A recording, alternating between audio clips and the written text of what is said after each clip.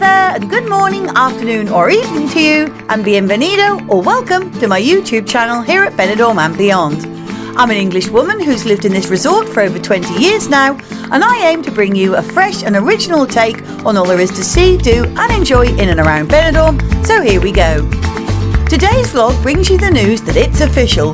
British tourists are once again flooding back to the streets of Benidorm, and the Brits say pandemic, what pandemic?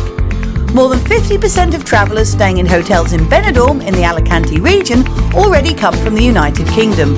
The effect of Brexit is now pretty much left behind, and us Brits account for just over 50% of the total number of visitors, with 3% more overnight stays being recorded than before the pandemic. In the second half of May, Benidorm registered 81.6% occupancy according to data from the hotel employer Hosbeck, which was an improvement on even the previous fortnight. Overall, the month of May closed with just a 1.9% difference compared to the same year prior to the global COVID-19 pandemic.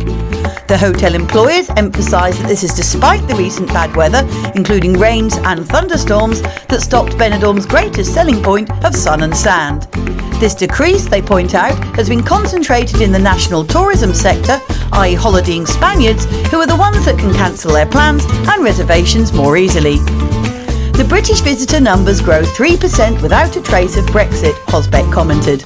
Continuing, they said that the United Kingdom returns to its tourist numbers without Brexit or the economic crisis having affected visits to our destinations and airports, and in fact both Alicante and Valencia airports set passenger records every month.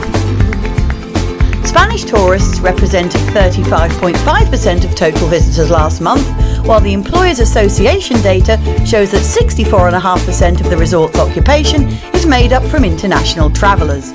Apart from the British, who are by far the largest group, other visiting nationalities that stood out were the Belgians at 3.2%, the Dutch at 2.8%, the Irish also at 2.8%, and the Portuguese at 1.2%. The president of Hosbeck, Fedi Fuster, is optimistic about the data and considers that hotel occupancy in June will reach occupation rates similar to or even higher than in the pre-pandemic stage, saying that this is in view of the good forecasts, the considerable improvement in the weather and the rebound in reservations for weekend stays. According to hoteliers, for the first half of June, there is already a reservation forecast of 80.7%, something that they hope to be able to surpass thanks to last-minute bookings. They say, right now our objectives are not to break records, but to consolidate markets and demand, recover profitability that will allow part of the losses of the COVID years and its consequences to be washed away, and guarantee tourism activity within a framework of sustainability. Overall, tourism in Spain is on the rise after the worst of the pandemic.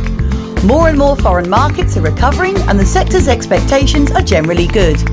Spain received a whopping 7.2 million international tourists in April, representing 18.5% more than in the same period of 2022 and 1.2% more than in April 2019, which of course was pre-pandemic. These figures represent a historical record in number of visitors and volume of spending, which of course is great news for the country's economy. According to the National Institute of Statistics, overnight stays in Spanish hotel establishments increased by 20.9% in the first 4 months of the year, exceeding those registered in the same period in 2019.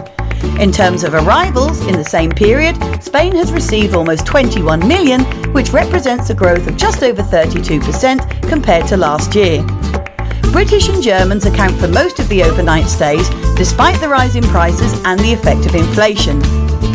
I hope you've enjoyed today's news update, and if you have, make sure you subscribe to the channel so you don't miss out on my other daily vlogs. I'll see you out and about next time, and thanks so much for watching as always. Every view and comment counts and is much appreciated. Bye for now, adios, and catch you soon. Cheers!